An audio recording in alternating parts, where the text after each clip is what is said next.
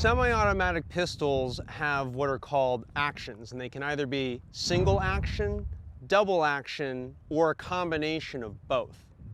So in this first example, I've got a Glock 19. It's unloaded. I'm going to go ahead and close the slide here. Now what's happening in a single action semi-automatic pistol is that when I squeeze the trigger, there's one action happening. Either an exposed hammer is falling forward, or in this case, there's a firing pin that gets released to strike the cartridge. So there's that click, and so the pin is released and has struck an empty chamber in this case. Now here's an example of a double action, single action pistol, a Sig Sauer P226. Empty gun, gonna go ahead and close it up here. And so you can see on this pistol, there's an exposed hammer. And so a double action pistol basically has two things happening when you pull the trigger. As I pull the trigger, the first thing that's happening is you see the hammer is getting cocked back as I continue to apply pressure to the trigger. And then the second action is once reached that breaking point, the hammer falls forward and you break the shot.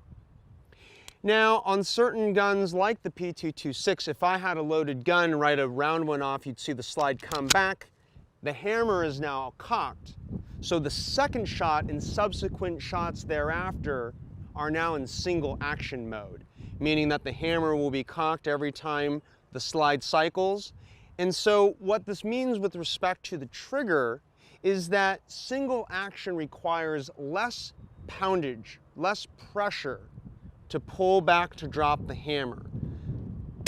So that took about 5.5 or 6 pounds of pressure, where now I'm in double action mode.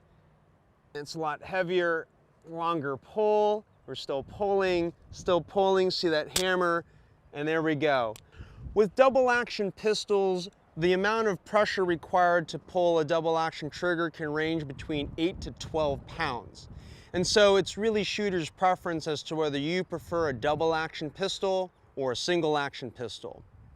Now, an important thing to note about guns like the P226, which have both double action on that first shot and then single action on subsequent shots, is it's a built-in safety feature where law enforcement officers or military officers who have loaded and holstered weapon, when they have to draw on a target and their adrenaline's running, that they want to have a heavier trigger pull so they don't accidentally discharge a round.